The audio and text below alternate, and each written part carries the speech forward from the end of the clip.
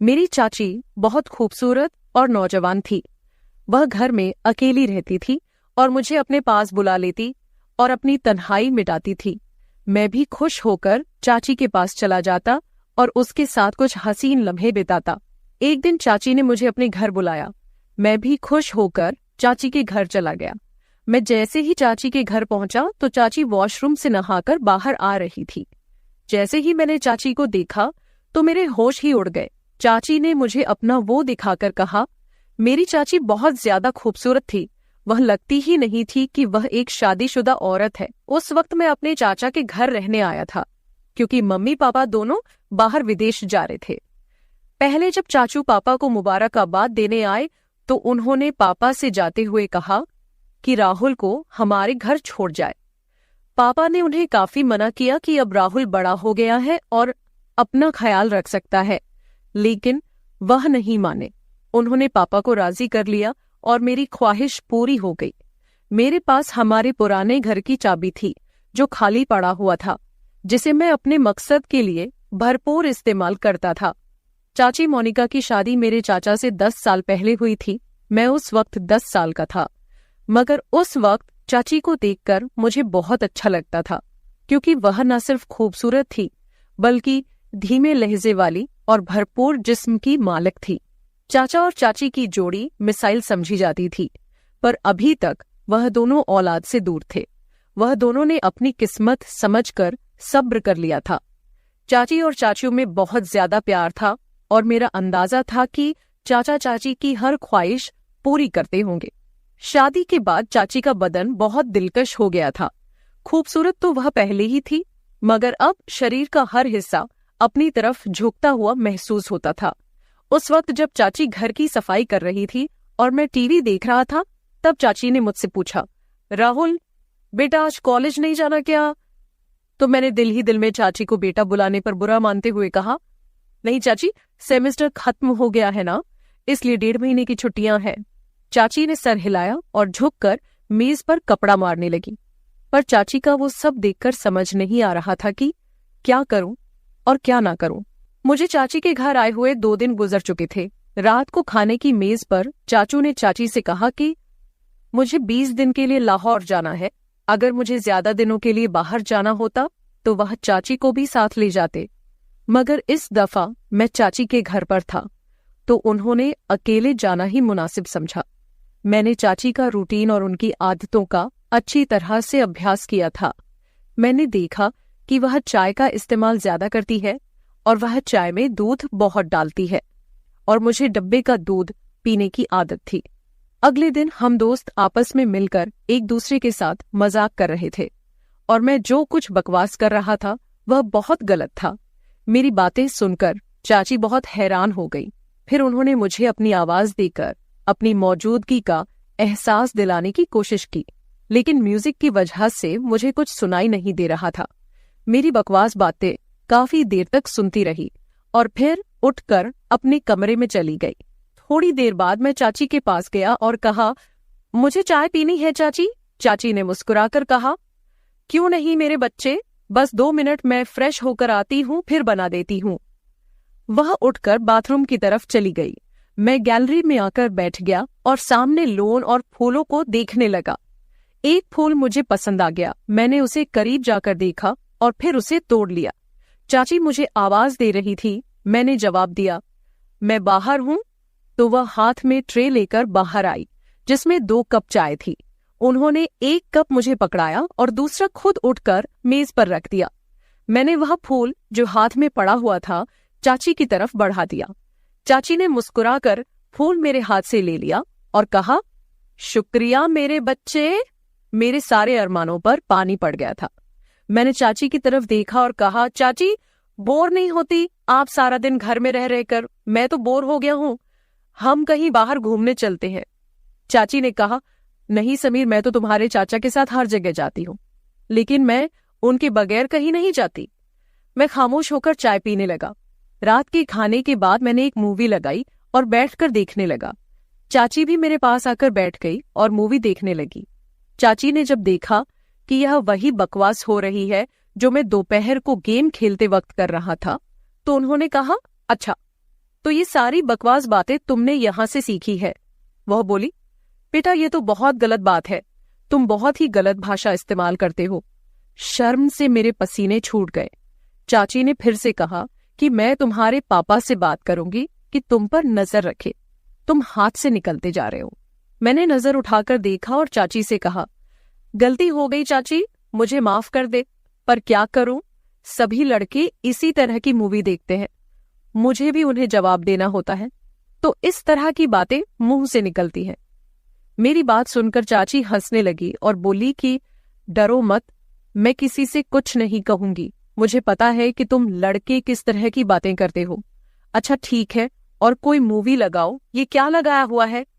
तब जाकर मेरी सांस में सांस आई और मैंने चाची से पूछा कि चाची मैं कौन सी मूवी लगाऊं? उन्होंने कहा कि कोई इंडियन मूवी लगाओ। मैंने कोई इंडियन मूवी लगा दी। चाची मूवी देख रही थी और मैं चोरी चोरी चाची को देख रहा था।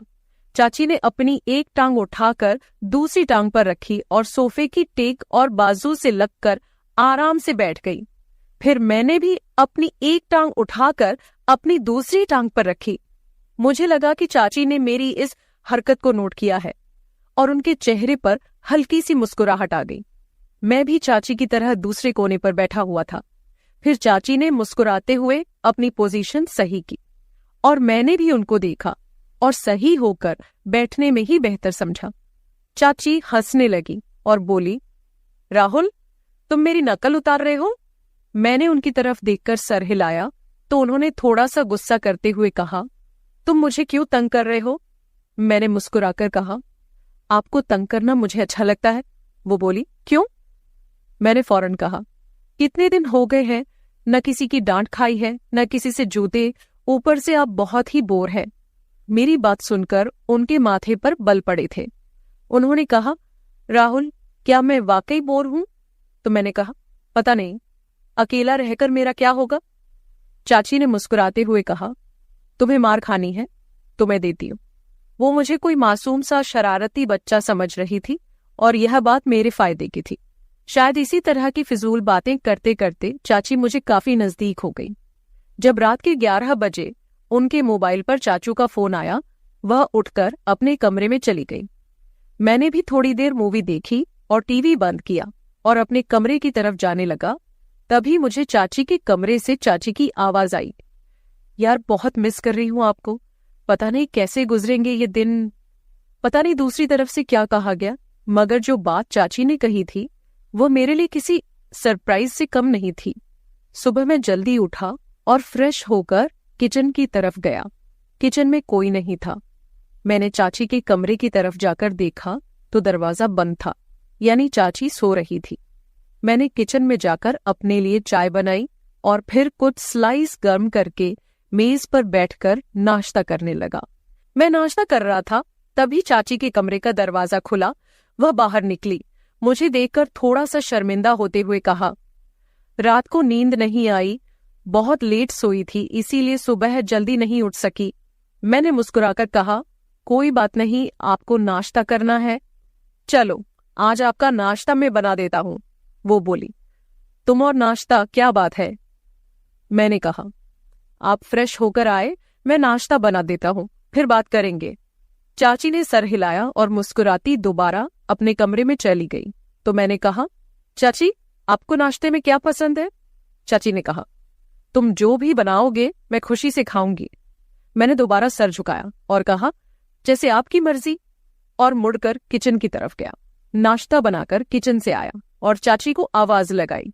चाची हॉल में आई और कुर्सी पर बैठ गई। मैंने कहा, चाची आपका नाश्ता तैयार है, और ट्रे उनके सामने रख दिया। चाची मेरी तरफ देखकर मुस्कुरा रही थी।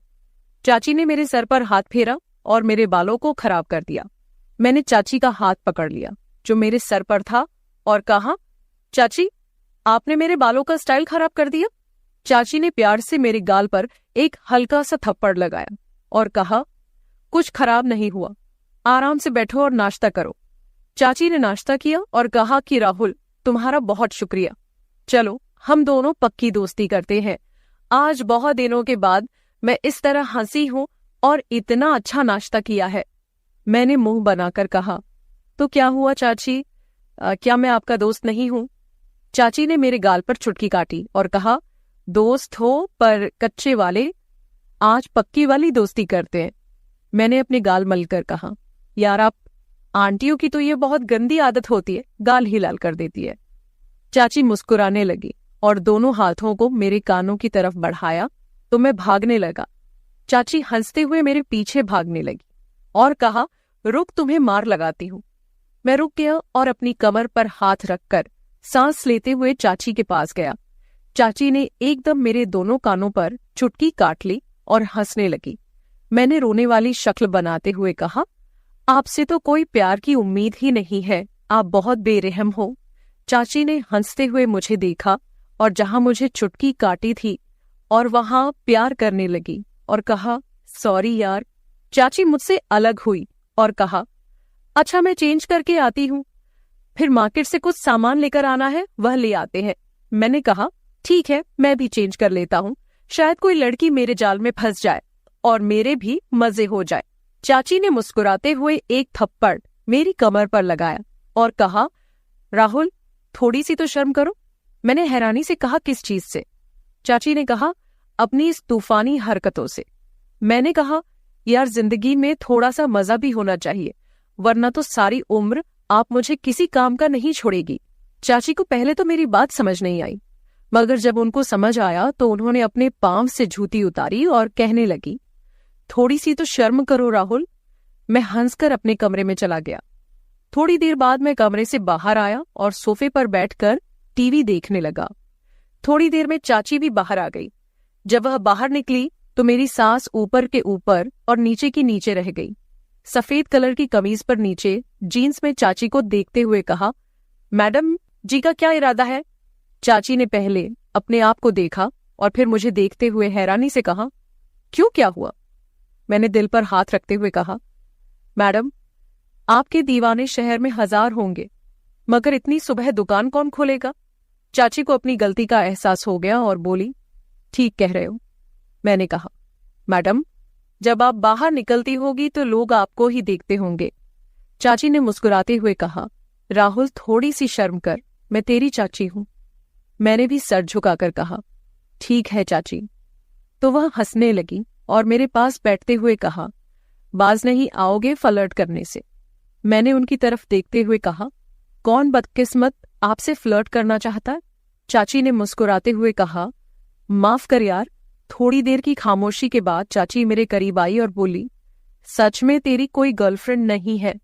मैंने उनकी तरफ देखा और कहा, कोई आप जैसी मिली ही नहीं, वरना उसे गर्लफ्रेंड क्या अपनी लाइफ पार्टनर बना लेता, चाहे पापा को समझाना पड़ता।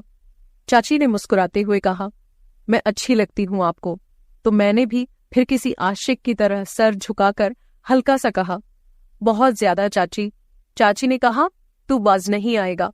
चाची ने कहा, राहुल दूध ले आओ, खत्म हो गया है। मैंने सर हिलाया और मार्केट की तरफ चला गया। वापस आकर दूध के बर्तन को फ्रीजर में रखा और चाची को बताने उनके कमरे में गया, पर सामने जो मंजर था वह पागल कर देने के लिए काफी था।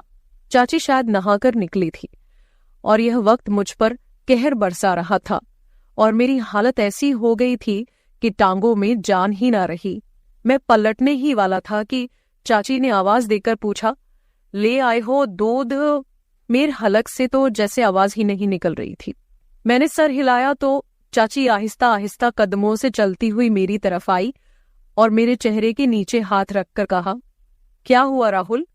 मैंने चेहरा ऊपर उठाया और उनकी आंखों में देखते हुए कहा, कुछ नहीं चाची। चाची ने मेरी आंखों में देखा और कहा, राहुल सच सच बताओ, मेरा इस तरह तुम्हारे सामने आना अच्छा है क्या? मैंने सर हिलाया और दोबारा सर झुकाकर कहा, अगर आपको लग रहा है कि मैं आपकी तरफ अट्रैक्ट हो रहा हूं तो आप गलत है चाची। चाची आपका जिस्म आपकी मोहब्बत के इजहार का जरिया है, लेकिन यही सब कुछ ठीक नहीं है।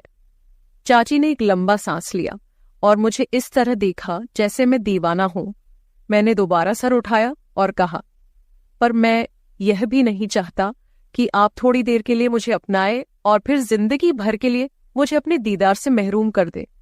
चाची के लिए बहुत नाजुक निर्णय था। फिर वह एक तरफ बेड पर बैठ गई और कहा, मेरे पास आओ और यहां बैठो। मैं आराम से चलता हुआ उनके पास बैठ गया उन्होंने मेरा हाथ पकड़कर अपने दूसरे हाथ पर रखा और कहा, समीर, जो मिल जाए उस पर शुक्र करना चाहिए। चाची के जहन में क्या चल रहा था और उस वक्त वहां से मैदान जंग छोड़कर भाग जाने वाली बात थी। मैं सुकून से कमरे में वापस आ गया। तभी मुझे लगा कि चाची अंदर रो रही है। उनकी सिसकने की आवाज बाहर तक आ रही थी। मैं दरवाजे के पास गया और कहा कि आप ठीक है?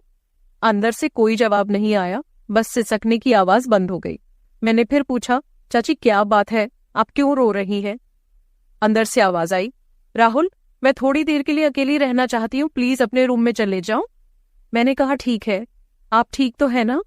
चाची ने कहा, मैं ठीक हूं। मुझे कुछ समझ नहीं आ रहा था कि आगे क्या करना चाहिए। मैं जल्दी से वापस आ गया। फिर कुछ देर बाद चाची भी फ्रेश होकर बाहर आई और मुझसे माफी मांगने लगी।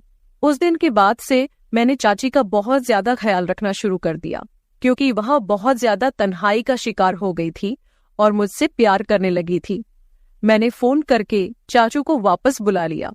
चाची जवान और खूबसूरत औरत थी, इसलिए वह अपनी तन्हाई को मिटाने के लिए बहुत ज्यादा तरस गई थी। लेकिन यह शुक्र है कि हम दोनों में इस तरह का कुछ भी नहीं हुआ। कुछ दिन मैंने और चाची के घर गुजारे और फिर मेरे मम्मी पापा घर वापस आ गए और मैं अपने घर वापस चला गया। मेरा सभी लोगों को यही कहना है कि हमेशा घर में किसी के सहारे अपनी बहन या बीवी को अकेले छोड़कर ना जाए, क्योंकि अकेलेपन से जूझ रहा इंसान कभी भी गलत रास्ते पर जा सकता है। लिहाजा यह काम करने से पहले 1000 बार सोचे, क्योंकि आप लोगों के घर टूट सकते हैं। मर्दों को गुजारिश है कि वह अपनी बहन या बीवी को किसी के भरोसे छोड़कर ना जाए। तो मेरे प्यारे दोस्तों, ये थी हमारी आज की छोटी सी कहानी। आपको ये कहानी कैसी लगी कमेंट करके जरूर बताएं। अगर आप ऐसी ही और भी इंटरेस्टिंग और रोमांटिक कहानियां सुनना चाहते हो तो चैनल को सब्सक्राइब जरूर कर ले और बेल आइकॉन ऑन कर ले, ताकि आपको मेरी हर कहानी समय पर मिल सके। कल मिलेंगे एक और नई कहानी के साथ। घर में बिल्कुल अकेली रहती थी, जिसे मैंने हमेशा अपना सगा भाई माना था। मुझे नहीं पता था कि रात को सोने के बाद वो मेरे साथ इतना गलत करेगा। दुनिया की नजरों में वो मेरा भाई था, लेकिन असलियत कुछ और थी। धीरे धीरे मैं उसके नकली प्यार के जाल में फंसती चली गई और फिर एक दिन उसने मेरे साथ कुछ ऐसा किया जिसे सुनने के बाद आपके दिल की धड़कनें तेज हो जाएगी। हेलो दोस्तों, मेरी उम्र 21 साल थी। मैं सेकेंड ईयर की स्टूडेंट थी। उन दिनों गर्मी शुरू हो गई थी, इसलिए हमें कॉलेज से छुट्टियां मिल गई थीं। रोज की तरह आज भी पूरे घर की सफाई करने के बाद मैं अपने बिस्तर पर आराम कर रही थी। थकान से चूर होकर ऐसा लग रहा था जैसे पूरा बदन अकड़ गया हो। मैं अपने बिस्तर पर लेटकर सुकून पाने की कोशिश कर रही थी और हाथों से अपने सिर की मसाज कर रही थी। अचानक मेरा भाई अरविंद मेरे कमरे में आया और दरवाजा बंद करके कहने लगा, क्या हुआ दीदी, तबीयत तो ठीक है? मैंने कहा, क्या भाई, मम्मी सारा काम मेरे सर पर डालकर चली जाती है। कॉलेज की छुट्टियां क्या हुई, सारे घर की जिम्मेदारी मुझ पर आ गई है। ऊपर से मुलाजिम भी छुट्टी पर है। मुझसे नहीं होते ये घर के काम। मेरी बात सुनकर वह मेरे पास बैठ गया और कहने लगा, मेरी प्यारी बहन, कोई बात नहीं, मैं अभी तुम्हारे लिए दूध लेकर आता हूँ, उसे पियोगी तो सुकून मिल जाएगा। अरविंद की बात सुनकर मैं मुस्कुरा दी और कहा, बस तुम खाना बाहर से ले आना, मैं थोड़ी देर सोऊंगी तो मेरी तबीयत कुछ बेहतर हो जाएगी। अरविंद कमरे से निकल गया। कुछ देर बाद ठंडे दूध के गिलास के साथ वह वापस आया। मुझे उस पर बहुत प्यार आया। दुनिया में बहुत कम ही ऐसे भाई होते हैं जो अपनी बहनों का इतना ख्याल रखते हैं। मैं उसे ढेर सारा आशीर्वाद देने लगी और उसका लाया हुआ दूध पीने लगी। दूध पीने के बाद मैंने ग्लास एक साइड पर रखा और लेट गई। अरविंद कहने लगा, चलो दीदी, मैं तुम्हारा सिर दबा देता हूँ, तुम सो जाओ। वह मेरे सिरहाने बैठ गया और अपने हाथों से मेरा सिर दबाने लगा। मुझे भी सुकून आने लगा था, दर्द भी कम होने लगा था। मैं आंखें मूंदकर सोने लगी और गहरी नींद में चली गई। पता ही नहीं चला कि घंटों तक मैं सोती रही थी। मेरी आंख मम्मी की आवाज पर खुली। मैं हड़बड़ाकर आंखें खोली तो मेरा सिर बुरी तरह से बोझिल था। घड़ी पर टाइम देखा तो रात के 9 बज रहे थे। मुझे एकदम झटका सा लगा। बड़ी अजीब बात थी कि पापा ऑफिस से वापस आ चुके थे। शायद थकावट की वजह से मुझे वक्त का एहसास ही ना हुआ। मैं उठकर जैसे ही 2 कदम चली तो मुझे चक्कर आ गए। आंखों के आगे अंधेरा छा गया। अगर दीवार पर हाथ ना रखती तो यकीनन गिर जाती। मैं फ्रेश होकर बाहर आई तो खाने के टेबल पर सब बैठे मेरा ही इंतजार कर रहे थे। मैं जाकर आराम के साथ कुर्सी पर बैठ गई। मुझे देखकर अरविंद खाना मेरी प्लेट में डालने लगा और फिर मम्मी से कहने लगा कि मम्मी, अन्नू पर काम का बोझ थोड़ा कम डाला करे। अरे, अगर काम वाली नहीं आ रही तो उसकी जगह किसी और को रख लें। ये बेचारी सारा दिन काम करके थक जाती है। देखें तो इसकी रंगत भी पीली पड़ चुकी है। मेरी हालत वाकई खराब हो चुकी थी। मैं काफी थकी हुई महसूस कर रही थी। मेरी मम्मी और पापा दोनों ही जॉब करते थे, क्योंकि सिर्फ पापा की जॉब से घर चलना मुश्किल था। ऊपर से हमारी पढ़ाइयों के खर्चे भी कुछ कम नहीं थे। इसीलिए मेरी मम्मी भी उसी कंपनी में जॉब करती थी जहां पापा करते थे। मैं और अरविंद कॉलेज जाते थे, मगर अभी गर्मी की वजह से छुट्टियां थीं, इसीलिए हमें घर ही रहना पड़ रहा था। मैंने ये बात नोट की थी कि पिछले कुछ दिनों से अरविंद मेरे साथ कुछ ज्यादा ही अटैच हो चुका है। जब से मुझे छुट्टियां हुई थीं, वह मेरा बहुत ख्याल रखने लगा था। अगर मैं घर का कोई काम कर रही होती तो आकर मेरी मदद करने लगता। अगर मैं थक जाती तो मेरा सर दबा देता। मैं उसे मना करती, मगर वह कहता कि नहीं, तुम थक चुकी हो, इतना काम करती हो, मेरा हक है कि मैं तुम्हें सुकून पहुंचाऊं। मैं भी खामोशी से लेटी रहती। मगर एक रात जो कुछ हुआ उससे मेरे होश उड़ गए थे। क्या अरविंद कभी ऐसा भी कर सकता है? मैं अपने कमरे में सो रही थी। आधी रात के वक्त मुझे महसूस हुआ जैसे कोई मेरे कमरे में आया हुआ है। आहिस्ता से चलता मेरे बिस्तर के करीब आया हो। भले ही मैं सो रही थी, मगर मेरा जहन बेदार था। मैंने हड़बड़ाकर आंखें खोल दी। कमरा अंधेरे में डूबा हुआ था। जब मैंने उठकर देखा तो अंदर कोई भी नहीं था। बस कमरे का दरवाजा थोड़ा खुला हुआ था। मैं सोने से पहले हमेशा दरवाजा बंद करके सोती थी, फिर खुद कैसे खुल सकता था। मैं नींद भरी आंखों से उठी और दरवाजे को लॉक करने लगी। दरवाजा लॉक करने के बाद दोबारा पलटकर बिस्तर पर सो गई। मेरी आंखें बंद होते ही एक बार फिर मुझे कदमों की आहट सुनाई देने लगी, जैसे कोई बिस्तर पर मेरे पास बैठ रहा हो। ऐसा लगा जैसे कोई अपना हाथ मेरी ओर बढ़ा रहा हो, लेकिन जब मैंने पलटकर देखा तो कोई नहीं था। मुझे घबराहट होने लगी थी। मैंने उठकर कमरे की लाइट ऑन कर दी और दरवाजा खोलकर भी बाहर देखा, मगर वहां पर भी कोई नहीं था। आज से पहले ऐसा कभी नहीं हुआ था जो अब हो रहा था। मुझे प्यास लगी तो मैं कमरे का दरवाजा खोलकर बाहर निकली। उसी वक्त अरविंद भी अपने कमरे से बाहर निकला। मुझे देखकर उसने पूछा, क्या बात है, आप अभी तक जाग रही हैं? मैंने जवाब दिया, कुछ नहीं, बस ऐसा महसूस हुआ जैसे कमरे में कोई मौजूद हो। पानी पीकर मैं दोबारा कमरे में आई और पीछे पीछे वह भी आ गया। उसने कहा, आपको डरने की जरूरत नहीं है। अगर आपको डर लग रहा है तो मैं आपके पास सो जाता हूँ। मैंने उसे मना करते हुए कहा, नहीं, तुम्हें अपनी नींद खराब करने की जरूरत नहीं है, तुम अपने कमरे में सो जाओ। लेकिन वह जिद करने लगा कि मैं आपको अकेला किसी भी हाल में नहीं छोड़ सकता। आपकी तबीयत खराब हो सकती है, मैं आपको तकलीफ में नहीं देख सकता। आप सो जाएं, मैं यही सो जाता हूँ। आखिरकार मैं बेड पर जाकर सो गई। उसने तकिया उठाकर सोफे पर रख लिया और वहीं सो गया। उस रात मुझे ऐसा महसूस हुआ जैसे कोई मेरे सरहाने बैठकर मुझे बहुत देर तक देखता रहा हो। उसने मेरे बालों को सहलाया, मेरे चेहरे पर उंगलियां फेरी और मैं सुकून से सो रही थी। मुझे सब कुछ एक सपने जैसा लग रहा था। अगली सुबह जब मैं उठी तो मेरा मूड बड़ा अजीब था, लेकिन जब मैंने अपने भाई पर गौर किया तो मैं हैरान रह गई। शुक्र था कि मैंने अपने आप को दुपट्टे से ढक रखा था। मेरी कमीज बेतरतीब हो चुकी थी। मुझे हैरत हुई, क्योंकि आज से पहले मैं कभी इस तरह आराम से नहीं सोई थी। आज मैं बहुत खुश महसूस कर रही थी। न जाने क्या वजह थी। मैंने उससे पूछा तो उसने कहा, मैं तो रोज ही इतना खुश होता हूँ। जिसको आप जैसी बहन मिल जाए वो क्यों ना खुश हो। घर के सारे काम निपटाकर जब मैं बैठी तो अरविंद तेल लेकर मेरे पास आ गया। कहने लगा, अनु दीदी, आप अपने बाल खोल दे, मैं आपके सर में मसाज कर देता हूँ।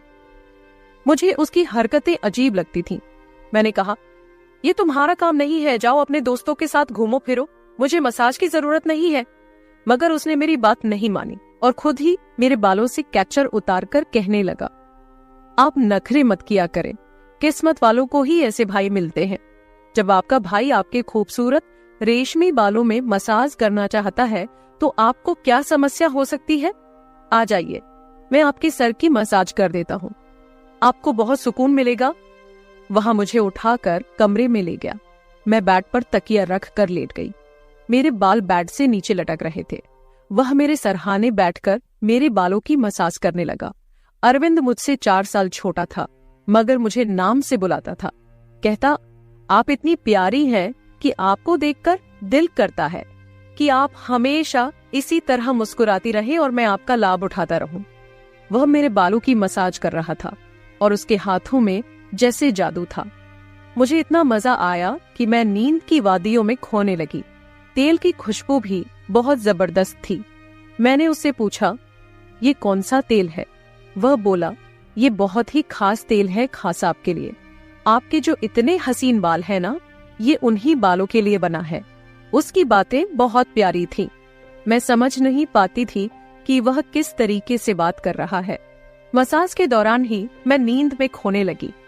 कुछ देर बाद जब मेरी आंख खुली तो मेरा पूरा बदन दर्द से टूट रहा था। ऐसा लग रहा था जैसे मेरी टांगों पर बहुत ज्यादा वजन रख दिया गया हो। पूरे बदन में दर्द सरायत कर रहा था।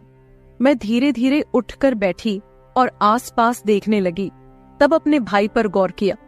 मैं पूरी तरह भीगी हुई थी, जैसे किसी ने मुझे नहला दिया हो। कपड़े गीले थे, पंखा बंद था और गर्मी थी। ये सब क्या हो रहा था? मैं बड़ी मुश्किल से बेड से उठी। मुझे चक्कर आ रहे थे, चलना मुश्किल हो रहा था। मैं अपनी हालत समझ नहीं पा रही थी कि यह सब क्या हो रहा है। बड़ी मुश्किल से चलकर बाथरूम गई और फ्रेश हुई। अपनी हालत पर गौर किया तो ऐसा लगा जैसे मैं सोई नहीं बल्कि कोई मेहनत वाला काम कर रही थी। जब मैं कमरे से बाहर निकली तो मुझे फुसफुसाने की आवाज आई। ऐसा लग रहा था जैसे कोई किसी से बात कर रहा हो। घर में मेरे और उसके अलावा कोई नहीं था। फिर वो किसके साथ बात कर रहा था? मैं पहले किचन में पानी पीने गई, मगर तब तक आवाज आनी बंद हो गई थी। मैं किचन के दरवाजे के पास खड़ी थी। जब वह बैठक से निकला, उसके हाथ में काफी पैसे थे, जिन्हें देखकर वह मुस्कुरा रहा था। मेरे माथे पर बल पड़े। अगले ही पल उसकी नजर मुझ पर पड़ी।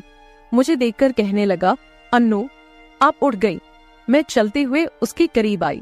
वह हड़बड़ाकर पैसे अपनी पैंट की जेब में डाल रहा था, मगर मैंने उसका हाथ पकड़कर उन पैसों को सामने लाकर कहा, इतने पैसे तुम्हारे पास कहाँ से आए? वह नजरें झुका चुका था। कहने लगा, आप प्लीज पापा को मत बताना। मैं ताज्जुब में थी कि उसने ये पैसे पापा को क्यों नहीं दिए। मैंने सख्ती से पूछा तो वह सहम गया। कहने लगा, ये पैसे तो पापा के एक दोस्त ने कई साल पुराने कर्ज के रूप में लौटाए थे। मैंने सोचा था कि इनसे मोबाइल लूंगा, लेकिन फिर उसने पैसे मुझे थमा दिए। मैंने कहा, हाँ तुमने अच्छा किया। घर के हालात देखो किस कदर खराब है। हमारे माँ बाप दोनों नौकरी कर रहे हैं और तुम मोबाइल लेने की बात कर रहे हो। वह शर्मिंदा था। मैंने वो पैसे रात को पापा को दे दिए थे। उस रात उसने मुझसे कोई बात नहीं की और जल्दी सोने चला गया। मैं अगले दिन किचन में काम कर रही थी जब अरविंद अपने दोस्तों के साथ घर में दाखिल हुआ। मैं जितनी हैरान होती उतना ही कम था, क्योंकि वह अपने दोस्तों को सीधा लाउंज में ही ले आया था। उस वक्त मैं दुपट्टा उतारकर बर्तन धो रही थी।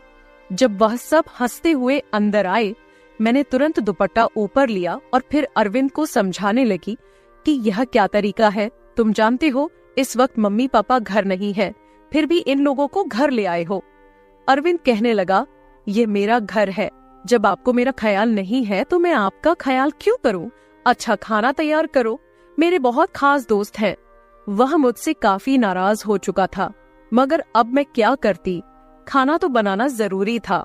मैं उसके दोस्तों के लिए खाना बनाने लगी तो वह बोला, खाना परोसने भी तुम खुद ही आओगी। मुझे अरविंद का रवैया हैरान कर रहा था। छोटी सी बात पर वह ऐसे कैसे बदल सकता था? मैंने खाना टेबल पर लगा दिया। मैंने गौर किया कि उसके दोस्त बार बार मुझे घूर कर देख रहे थे। वे सभी अरविंद की उम्र से बड़े थे और अजीब तरीके से घूर रहे थे, जैसे कच्चा ही खा जाएंगे। मैं अपने कमरे में बंद होकर रह गई। जैसे ही वे गए तो मैं अरविंद पर फट पड़ी कि दोबारा तुम्हारे दोस्त मुझे इस घर में नजर ना आए। मगर वह तो अगले ही पल मेरे गाल थामकर कहने लगा, इतना गुस्सा कहाँ से आता है? ठीक है, वो नहीं आएंगे दोबारा, मगर आप इस बारे में मम्मी पापा को कुछ नहीं बताएंगी। कैसा लड़का था ये, कभी प्यार जताने लगता तो कभी चिढ़ने लगता। मैंने हाँ में सर हिला दिया और अपने कमरे में चली गई। मुझे अरविंद की हरकतें कुछ मुश्किल सी लगने लगी थी, क्योंकि वह मुझे अजीब तरह से देखने लगा था। उस रोज भी जब मैं अपने कमरे में आराम करने के लिए सोई तो अचानक मुझे अपने पैरों पर किसी का हाथ महसूस हुए। मैंने बौखलाकर आंखें खोली तो अरविंद मेरे पैरों को अपनी गोद में रखकर मसाज दे रहा था। मैंने उसे ऐसा करने से मना किया, मगर वह कहने लगा, मैं जो कर रहा हूँ मुझे करने दे। इस घर में एक मैं ही हूँ जिससे आपकी इतनी फिक्र है। मम्मी पापा को तो काम से ही फुर्सत नहीं है। खैर, मैं भी थक चुकी थी। आंखें बंद की और सोने लगी। अरविंद के हाथों मसाज करवाने से मैं नींद की गहराई में खोने लगी थी, मगर जब मेरी आंख खुली तो मेरे होश उड़ गए। मेरा सर बुरी तरह चकरा रहा था। बिस्तर की चादर बिल्कुल बेतरतीब हो चुकी थी। बिस्तर पर एक शर्ट और एक मेल परफ्यूम पड़ा था। ये सामान किसका था? मैं तो कुछ भी बोल नहीं सकी। सर में इतनी तेज दर्द था कि मैं दोबारा बिस्तर पर गिर गई। ऐसा लग रहा था जैसे किसी ने मुझे बेहोशी की दवा पिला दी हो। मुझे पास में फुसफुसाहट सुनाई दे रही थी, मगर कौन बोल रहा था यह मैं पहचान नहीं सकी। मुझे तो बस अरविंद की आवाज सुनाई दे रही थी। ऐसा लग रहा था जैसे वह मेरे कमरे में मौजूद हो और मुझे उठाने की कोशिश कर रहा हो। कुछ देर बाद जब मेरी आंख खुली तो सारा दृश्य मेरी नजरों के सामने घूमने लगा। मैंने सबसे पहले बेड की तरफ देखा जहां शर्ट और परफ्यूम पड़े थे, मगर अब वहां कुछ भी नहीं था। आज फिर मेरी हालत बड़ी अजीब थी। मैं बच्ची तो नहीं थी जो यह सब कुछ समझ न पाती। घर में मेरे और अरविंद के अलावा और कोई नहीं था। फिर मेरे सोने के बाद ऐसा क्या होता था कि मेरा पूरा शरीर पानी से नहला दिया गया हो? सिर्फ इतना ही नहीं, मेरा शरीर दर्द से चूर था और रंगत भी बिल्कुल पीली हो चुकी थी। दिन ब दिन मैं कमजोर होती जा रही थी। उस दिन भी अरविंद मेरे करीब आने की कोशिश कर रहा था, मगर मैं बहाना बनाकर अपने कमरे में आ गई थी। दिमाग में अजीब से विचार आने लगे थे। तबीयत भी काफी खराब थी। मेरी हालत देखकर माँ भी परेशान होने लगी। उन्होंने कहा कि वे अगले दिन ऑफिस से छुट्टी लेकर मुझे डॉक्टर के पास ले जाएंगी ताकि पता चल सके कि मुझे क्या समस्या है। उस रात मैं बार बार उठ रही थी और ठीक से सो नहीं पाई। अगले दिन मेरे माता पिता हमेशा की तरह अपने काम पर चले गए थे। उन्हें शायद मेरी परवाह नहीं थी। मैं खुद ही डॉक्टर के पास गई, जहां अल्ट्रासाउंड में पता चला कि मैं पेट से हूँ। आखिर यह सब मेरे साथ कौन कर सकता था? अरविंद मेरा भाई था, लेकिन फिर मेरे दिमाग में यह बात आई कि मैं उसे सगा भाई समझती हूँ। बात ऐसी थी कि किसी से छिपी नहीं थी कि वो मेरा सौतेला भाई है। वह मेरी माँ की दूसरी शादी से है, जबकि मैं माँ की पहली शादी की औलाद हूँ। इस तरह की बातें मुझे गलत सोचने पर मजबूर कर रही थीं। समझ नहीं आ रहा था कि कैसे अपने माँ बाप को यह बात बताऊं। अरविंद मेरा सौतेला भाई जब मेरे पास बैठता तो कभी मेरा हाथ पकड़ता तो कभी मेरी गाल खींच देता। मैं बहुत परेशान हो चुकी थी कि मेरे साथ आखिरकार ऐसा कौन कर सकता है। फिर मैंने एक दिन अपने कमरे में मोबाइल का कैमरा फिट कर दिया। उस दिन हमारे माँ बाप घर पर नहीं थे। अरविंद फिर मेरे पास आया और मेरे सिर की मालिश करने लगा। मैंने बहुत कोशिश की कि न सोऊं, लेकिन तेल में शायद बेहोशी की दवा थी। जैसे ही मैं उसे सूंघी बेहोश हो गई। 1 घंटे बाद होश आया। माँ बाप भी घर लौट आए थे। जब मैंने कैमरे की रिकॉर्डिंग देखी तो जैसे पैरों तले जमीन खिसक गई। अरविंद मेरे कमरे में अपने उबाश दोस्तों को लाता था जो मेरे साथ बुरा बर्ताव करते थे। अपना काम पूरा करने के बाद वे अरविंद को पैसे देते और चले जाते। ये जानकर मैं टूट गई थी। मैंने कमरे से बाहर जाकर अरविंद का गिरेबान पकड़ा और थप्पड़ों की बरसात कर दी। मम्मी पापा भी आ गए और पापा ने गुस्से से मेरे हाथ पकड़ ली। होश में हो क्या, पागल हो गई हो, क्यों मार रही हो इसे? मैंने रोते हुए वीडियो दिखा दी कि यह जलील इंसान मेरे साथ क्या कर रहा था। वीडियो देखकर माँ फर्श पर गिर पड़ी। पापा को भी विश्वास नहीं हो रहा था। उन्होंने अरविंद को पकड़कर बहुत मारा। उसके मुंह और नाक से खून बह रहा था। अरविंद ने गुस्से में कहा, मैंने इसे कभी अपनी बहन समझा ही नहीं। मुझे पैसों की जरूरत थी। लोग इसके लाखों रुपए देने को तैयार थे। मुझे अपनी जरूरतें पूरी करनी थी, इसलिए मैंने यह कदम उठाया। मैं अपने कानों पर हाथ रखकर बस रोए जा रही थी। पापा ने उसे इतना मारा कि वो लहूलुहान हो गया, मगर जैसे तैसे खुद को उनसे छुड़वाकर घर से भाग गया और फिर कभी पलटकर उस घर में नहीं आया। मैं इस हादसे को मरते दम तक नहीं भूल सकूंगी। भाई वही होता है जो आपके सगे वाले देन से हो। किसी भी अनजान मर्द के सहारे अपनी जवान जहान बेटी को छोड़ना बहुत बड़ी बेवकूफी है, क्योंकि शैतान परस्त मर्द हर वक्त इस आड़ में रहते हैं कि कब किसी लड़की की इज्जत के साथ खिलवाड़ करे। तो मैं अपने तमाम देखने और सुनने वालों से यही गुजारिश करूंगी कि हमेशा अपनी बेटियों को पर्दे में ही रखें और कभी किसी भी अनजान मर्द के सहारे पे उन्हें अकेला न छोड़े। इस सारे मामले में आपको किसकी गलती लगती है? मेरे माँ बाप की जो पैसा कमाने के चक्कर में बच्चों से बिल्कुल बेफिक्र हो गए थे, या फिर मेरी जो अपने सौतेले भाई के साथ बिल्कुल अकेली इस घर में रहती थी और उसके ऊपर हद से ज्यादा विश्वास करती थी और उसे अपना सगा भाई समझती थी? अपनी राय कमेंट बॉक्स में जरूर दे और ये भी बताए कि आपको कहानी कैसी लगी। तो मेरे प्यारे दोस्तों, यह थी हमारी आज की छोटी सी कहानी। अगर आपको यह कहानी पसंद आई हो तो इसे लाइक करें और अपने दोस्तों के साथ शेयर करें। अगर आप ऐसी ही और भी इंटरेस्टिंग और रोमांटिक कहानियां सुनना चाहते हो तो चैनल को सब्सक्राइब जरूर कर ले और बेल आइकॉन ऑन कर ले, ताकि आपको मेरी हर कहानी समय पर मिल सके। कल मिलेंगे एक और नई कहानी के साथ। धन्यवाद।